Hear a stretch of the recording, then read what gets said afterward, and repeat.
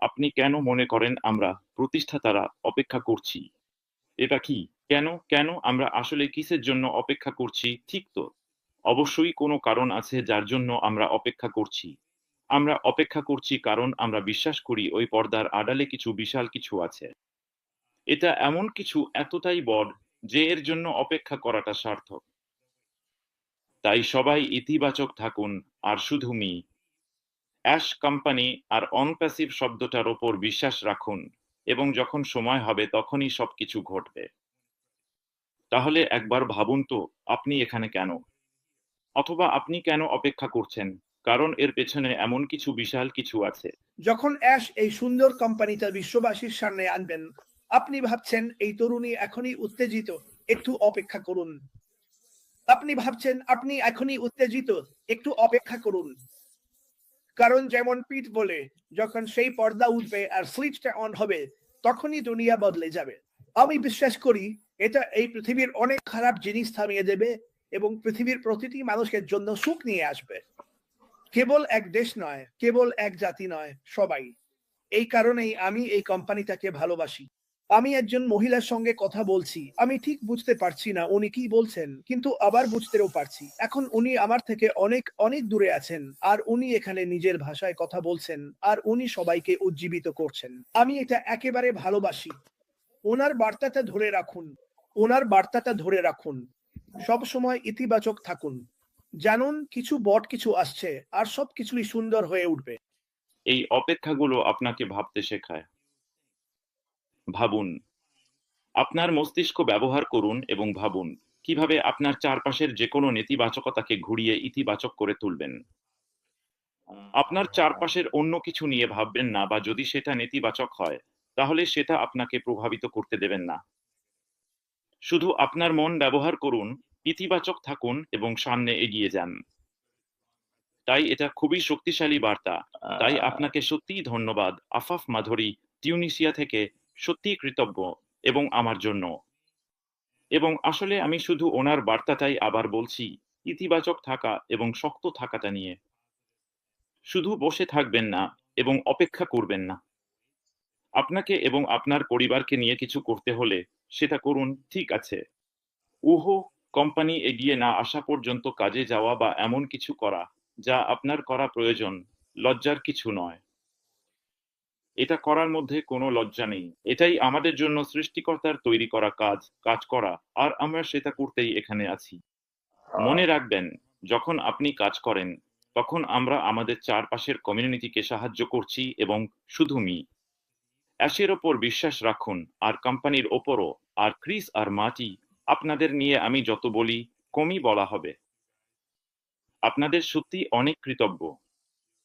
আপনারা সবাই খুব শক্তিশালী এবং যেহেতু আমি এখানে আছি, এটা বলি, আর আপনারা সবসময় এটা বলেন, যে আমি আপনাদের নিয়ে আসার আগে ২ বছর অপেক্ষা করেছিলাম।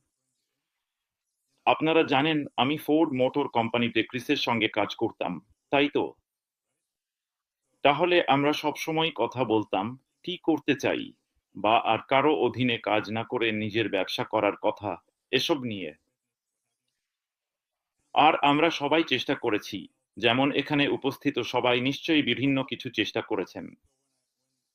তো যখন অন প্যাসিভ আমার সামনে এলো, আমি সঙ্গে সঙ্গে এতে যোগ দিলাম। হ্যাঁ, আমি কিছু বলিনি।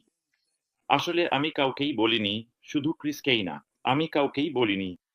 আর কারণটা ছিল, ক্রিস তখনও কাজ করছিল, সে আমার পরে আরো কয়েক বছর কাজ করেছে। কিন্তু একদিন আমি ওকে ফোন করলাম, ওকে এই ব্যাপারে বললাম। সে সঙ্গে সঙ্গে বলল। আমি বললাম, আর কিছু শুনতে চাই না, আমার কোনো প্রশ্ন নেই, কোথায় সাইন করতে হবে, চল শুরু করি। ম্যাথ আক্ষরিক অর্থেই।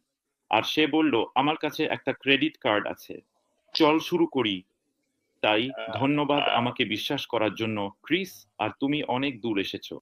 আমরা তোমাকে ভালোবাসি, ভাই। তোমার বার্তা খুব শক্তিশালী আর তোমার নিষ্ঠা অবিশ্বাস্য। আবারও ধন্যবাদ আমাদের এখানে নিয়ে আসার জন্য, আর আমরা প্রতিটা মুহূর্ত উপভোগ করছি। বিশ্বের যেখানেই থাকো, তোমাদের সবার সঙ্গে এখানে থাকতে পেরে খুব ভালো লাগছে। তাই শুভ সকাল, শুভ অপরাহ্ন, শুভ সন্ধ্যা, তোমার টাইম জোন যাই হোক না কেন। তোমরা সবাই এতটা নিবেদিত, আর মিস্টার অ্যাশের সঙ্গে থেকে যাওয়ার জন্য সত্যি অনেক কৃতজ্ঞ। অবশ্যই আমরা আপনাকে ভালোবাসি মিস্টার অ্যাশ। বিশেষভাবে আপনাকে শুভ পিতৃদিবস। আর আপনি সবসময় একজন দারুণ মানুষ এবং অবশ্যই দারুণ বাবা। এটা বলার পর, হ্যাঁ, যেমন ক্রিস বলেছে, কিছু মানুষ বলে আমি নাকি হারিয়ে গেছি বা এমন কিছু। আমি খুবই ব্যস্ত একজন মানুষ, যেমন ক্রিস বলে। তাহলে আর কয়েক মাস পরেই আমি অন প্যাসিভ আর মিস্টার অ্যাশকে চিনি 7 বছর হয়ে যাবে। আর এটা ছিল এক অসাধারণ যাত্রা। হ্যাঁ, আমাদের উত্থান পতন তো ছিলই, কিন্তু আমি কখনোই ছাড়িনি, কখনোই হাল ছাড়িনি, আর সবসময় মিস্টার অ্যাশের ওপর বিশ্বাস আর আস্থা রেখেছি। তাহলে আমি বাকুতো মিস্টার অ্যাশ, আর আমরা আপনাকে সত্যিই ভালোবাসি, ভাই। ঠিক আছে, তো তোমরা জানোই মিস্টার অ্যাশ সবসময় বলেন, শুধু বসে থেকো না আর অপেক্ষা করো না। ঠিক আছে, এটাই সবচেয়ে খারাপ কাজ যা কেউ করতে পারে। কোম্পানির জন্য, মিস্টার অ্যাশের জন্য, নিজের জন্য আর নিজের পরিবারের জন্য। ঠিক আছে। ঠিক যেমন ক্রিস বলেছিল, জানোই তো আমরা সবাই ব্যস্ত। আমরা সবাই কিছু না কিছু করছি। যদি ধরো তোমার কাজ করতে হয় বা কিছু করতে হয়, আমিও ঠিক সেটাই করেছি। যদি তোমাকে যা করার দরকার সেটা করতেই হবে। আর হ্যাঁ, আমি কাজ করছি। আর এটাই কারণ যে হয়তো আমাকে ওয়েবিনার বা এরকম জায়গায় দেখতে পাও না। কিন্তু আমি সবসময় পেছন থেকে শুনছি আর আপডেট নিচ্ছি। আর তোমাকেই নিজের দায়িত্বে নিতে হবে যেন সবকিছুতে আপডেট থাকো।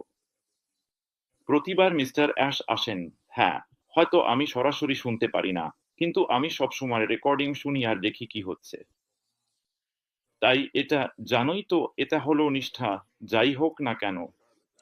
আর আমি সত্যিই সব নেতাদের প্রশংসা করি, তারা যা করছেন, লাইভ, ইউটিউব আর যাই হোক না কেন। এটা কিন্তু কারো চোখ এড়িয়ে যাচ্ছে না। তাই তোমরা সবাই যেটা করছো সেটা চালিয়ে যাও। শক্ত থাকো আর নিশ্চিত হও যে সবার কাছে সঠিক বার্তা পৌঁছে দাও। আর নিজের থেকে কিছু যোগ করো না বা শুধু এই কারণে যে ভাষাটা আলাদা বা তুমি যেভাবে বুঝেছো। যদি নিশ্চিত না হও, তাহলে চারপাশের সবার সঙ্গে নিশ্চিত হও যে তুমি সঠিক বার্তাই পাচ্ছ।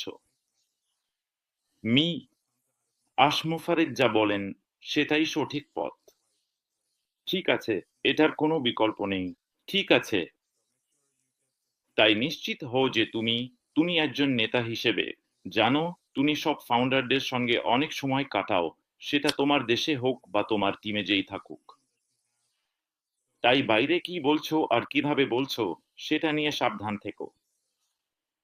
এটা খুব শক্তিশালী একটা বার্তা এবং আমি আশা করি তুমি সেটা করছো। আমি এটা খুবই কৃতজ্ঞতার সঙ্গে গ্রহণ করি। দ্বিতীয়ত, অবশ্যই মধ্য